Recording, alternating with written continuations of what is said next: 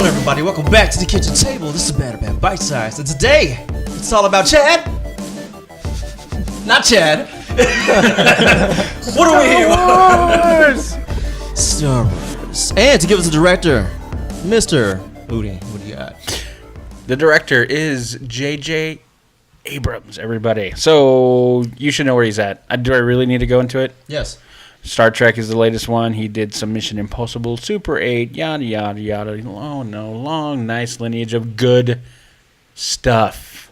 JJ Abrams, everybody. He's got the stuff. He's got the stuff. The stuff. All right, moving on to cast. I can do it. I don't even need to cheat. Go ahead.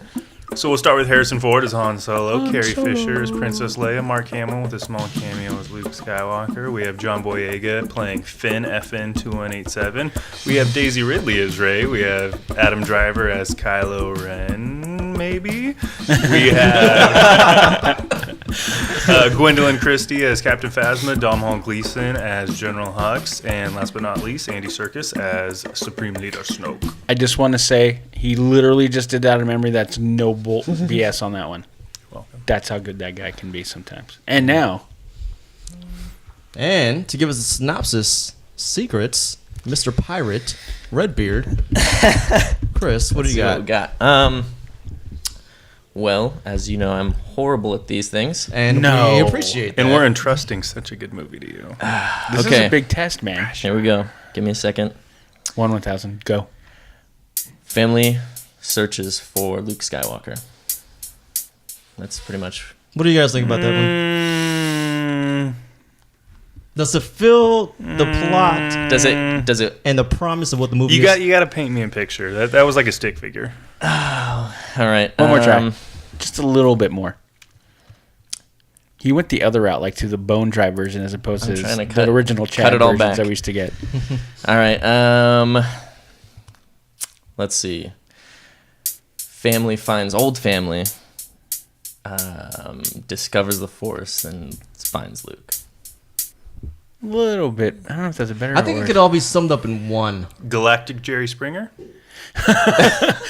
You are about not this? the father. What? Oh, that would be nice. Okay, hold on. How about this? In search of Skywalkers. Oh, that's good. I like that one. Ooh, that was good. In Search of Skywalker's works. I like it. Family Feud. All right. All right. That's another one. That's cool, too. I say that dude Man. walking around. I'm going to have Kissing a lot people. of stuff to put on it. Okay, let's move on to We're the getting punny up in good here. parts, the bad plus, the bing. All right, so good parts, the bad pluses. I'm going to move over to, let's go over to Chad first, 'cause I know you have a ton of good parts. Go ahead and list them off, because I know you have some. Everything. It was all good. More specific. Characters were good. Costumes were good. Scenery was good. Props was good. Lack of CGI was amazing. It was used in very, very small parts. They used a lot of real set pieces, which I enjoyed because that harkened back to the original trilogy of making all the model pieces, masks, costumes, etc. I remember that was like a sticking point for you, about having too much CGI in the movie. In for Revenge of everyone. the Sith, every single clone trooper was CGI, which was just, that hurt me to my core. And in this It's movie, appalling. pretty much all the First Order stormtroopers are actual kits that they made on set, Yep. which is, it looked great in the movie It too. looked fantastic. Awesome. Secrets. My favorite was, I mean, aside from the real life props, was the scenery. A lot of it pulled from the original movies and was just kind of adjusted. Like my favorite was the one that everybody saw in the trailers where the speeder was running through the desert and then all of a sudden the mountain is the wrecked ship in the desert. The super wide shots of all the wrecked ships in the background. Yeah. That And was just awesome. just that. And Ray basically living inside that. Right? at Yeah, OT. dude, that was pretty cool. That was sick. Yep. All right, Udi. Dude, there's so many good things. To surmise, let me say it just the way it was put together that gave enough homage to the originals but yet set us on a good pace and a good foot towards the future of what's going on. I really enjoyed that. The mix of the old story with the new and seeing the development of all that. Okay. And I'm going off of yours. mine would have to be. This is one thing that struck me really good, really hard, and I love this stuff about JJ Abrams is that he's able to take a property and then also be able to develop the tone and keep it consistent with what that original property was. So I mean, as far as Star Wars was, everything looked exactly like how we think it was in a New Hope. I mean, you went from everything from stock footage to the costumes that they were using to the way the dialogue was actually rendered and all that. It's like it really does give you a very nostalgic feeling on it. And I also love the fact that how in the first movie it was the audience was captivated through the droids and like the whole story was told through their perspective. This one again starts off with BB-8 taking that perspective, and I love the fact that it harkened back to those original storylines. Exactly. All right, now let's get on to the bad points, the womps, the blah.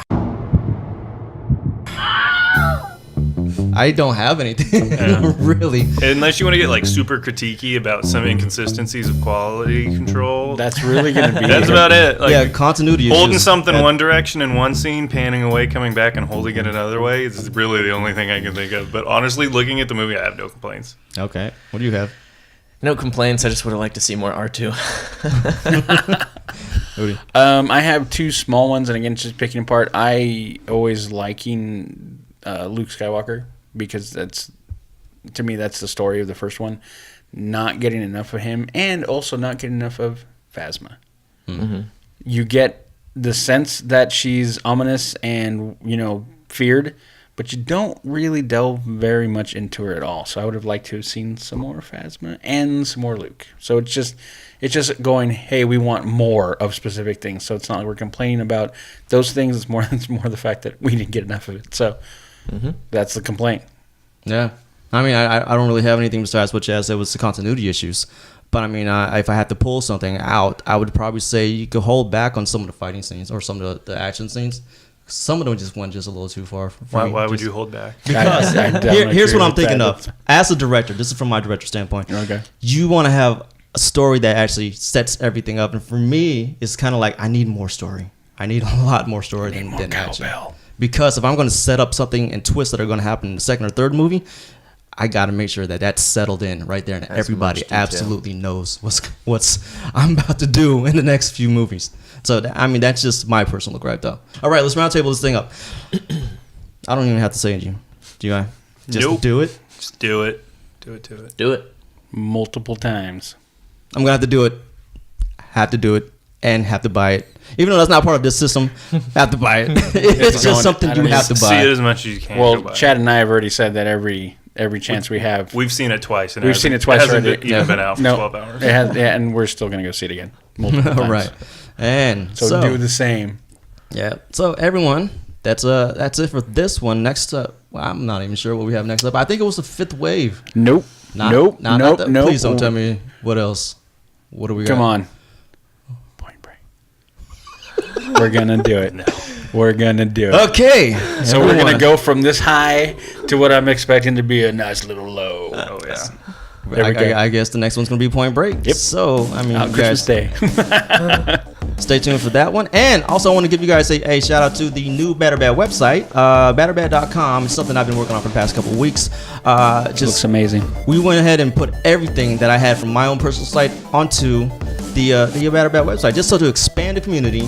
So if you are a movie lover, if you're a film guy, if you're a film nut, or you're a fanboy, you're a filmmaker, whatever, come to the site, leave us some comments, let's start a conversation, and we're all film lovers here. We are your movie friends, that's what it says in the title, and we will see you guys next time. See ya.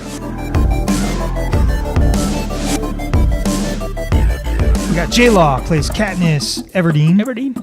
Josh Hutcherson, I always screw that up. I don't know why. I always want to say it with an N.